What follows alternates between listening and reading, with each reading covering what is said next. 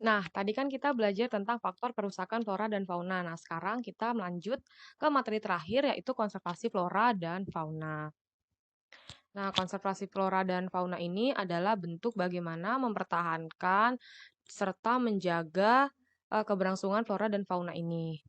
Nah, banyak sekali permasalahan lingkungan hidup yang terjadi di muka bumi ini ya, illegal logging, perburuan liar. Nah, untuk mengatasi permasalahan ini, maka pemerintah telah eee, menetapkan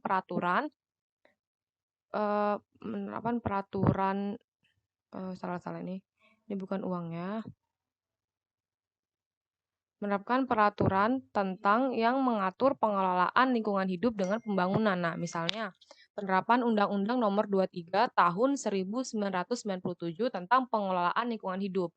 Kemudian Undang-Undang Nomor 5 Tahun 1967 tentang perlindungan alam dan Undang-Undang Nomor 32 Tahun 1994 tentang perlindungan pengelolaan lingkungan. Nah, ini merupakan undang-undang yang telah dibuat oleh pemerintah Indonesia.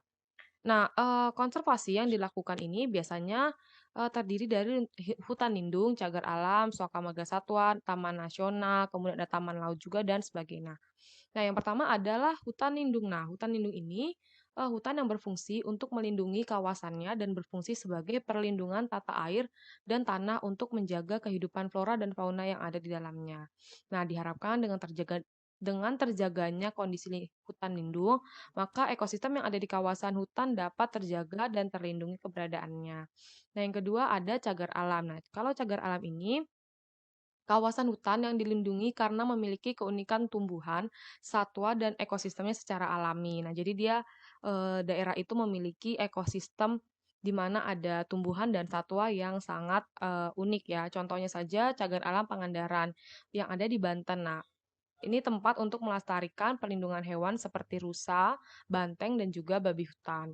Nah, kemudian yang ketiga ada Suaka Marga Satwa. Nah, kalau Suaka Marga Satwa ini kawasan suaka alam yang mempunyai ciri khas berupa keanekaragaman atau keunikan jenis satwa.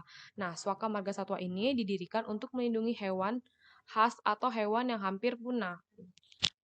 Oh ya, ini hewan khas dan hampir punah. Nah, contohnya Suaka Marga Satwa Pulau Komodo di NTT. Nah, dia melindungi beberapa jenis satwa ya, seperti komodo, tentu saja rusa dan babi hutan.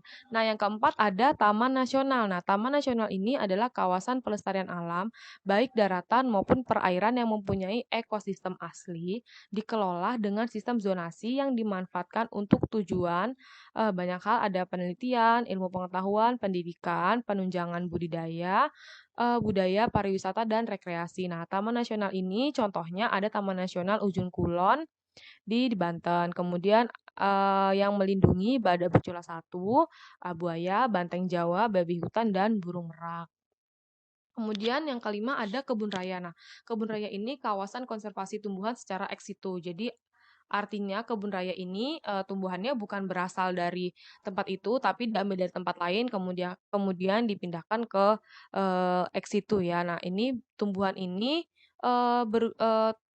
didata, terdokumentasi, dan ditata berdasarkan pola klasifikasi taksonominya dan sebagainya. Nah, karena ini untuk keperluan penelitian, pendidikan, bisa juga untuk wisata. Nah, contohnya adalah Kebun Raya Bogor atau yang dikenal dengan Kebun Botani Bogor yang terletak di Kota Bogor yang memiliki ratusan jenis tanaman ya.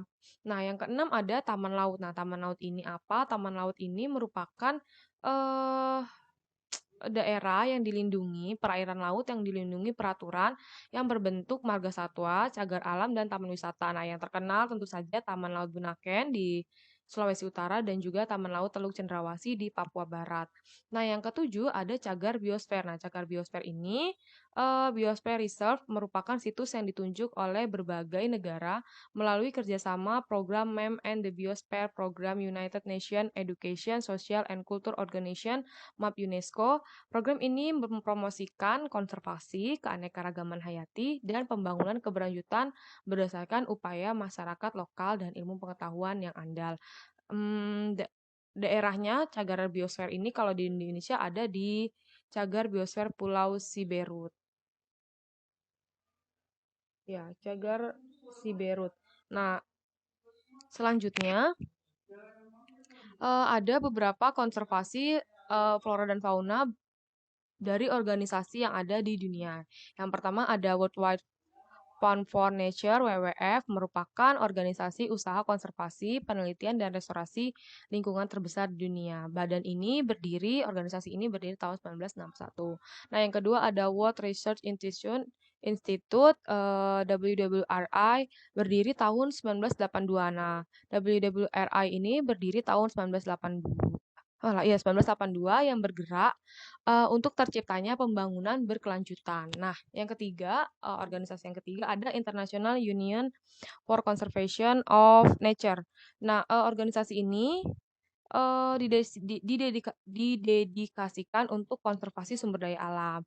Nah, IUCN ini memiliki red list atau apa namanya daftar merah mengenai status konservasi spesies tumbuhan dan hewan di dunia yang terancam punah gitu ya. Nah, ini tujuannya untuk menunjukkan kepada masyarakat umum dan mengambil kebijakan tentang penting dan mendesaknya upaya konservasi terhadap spesies dalam daftar tersebut. Oke, pelajaran bab 2 sampai di sini. Semoga bermanfaat. Jika ada yang kurang dipahami, boleh tanya langsung ke Ibu. Oke, terima kasih. Assalamualaikum warahmatullahi wabarakatuh. Hari ini kita melanjutkan pelajaran geografi bab 2, persebaran flora dan fauna di Indonesia dan di dunia. Nah, selanjutnya kita akan belajar tentang faktor kerusakan flora dan fauna. Nah, ini merupakan dari penyebab kerusakan flora dan fauna. Nah, penting bagi kita untuk selalu menjaga dan melindungi flora dan fauna karena flora dan fauna itu merupakan bagian penting dari kehidupan kita. Nah, beberapa kerusakan yang diakibatkan oleh manusia adalah yang pertama pencemaran. Nah, ini sudah tidak asing bagi kita ya. Pencemaran ini, polutan-polutan ini meracuni tanah, air, dan udara. Eee, Contohnya misalkan membuang limbah ke air, kemudian jika kalian langsung membuang eee, bekas sabun cucian kalian itu ke tanah, itu juga merusak pencemaran tanah. Kalau misalnya kehidupan kita sehari-hari yang lain, misalnya mesin motor kita ya, tentu saja menyebabkan, polusi. Nah, yang kedua ada eksploitasi hutan. Nah, eksploitasi hutan ini adalah eksploitasi yang secara berlebihan. Contohnya pembakaran hutan, jadi hutannya, hanya ditebang, dibakar, tidak direboisasi. Kemudian alih fungsi lahan, misalnya seharusnya jadi hutan, jadi perumahan ya, kemudian ada penebangan liar. Nah, eksploitasi ini berdampak langsung pada fauna yang tinggal di hutan itu, misalkan monyet, kemudian harimau, atau kemudian gajah. Nah, akhirnya mereka ini tidak memiliki Eee, mereka tuh tidak memiliki lagi tempat tinggal, kemudian mereka tidak punya cadangan makan lagi sehingga akhirnya banyak sekali peristiwa yang kita dengar hewan-hewan buas itu datang ke perkampungan. Itu, salah satu dari dampak eksploitasi hutan. Nah, yang kedua ada perburuan liar. Nah, perburuan liar ini sudah tidak asing bagi kita, misalnya gajah diambil gadingnya, kemudian burung merak diambil bulu-bulunya. Nah, itu, merupakan salah satu faktor kerusakan fauna ya, khususnya fauna. Nah, ini biasanya, perburuan liar ini karena hanya nafsu semata, misalnya untuk koleksi atau dijual dan sebagainya.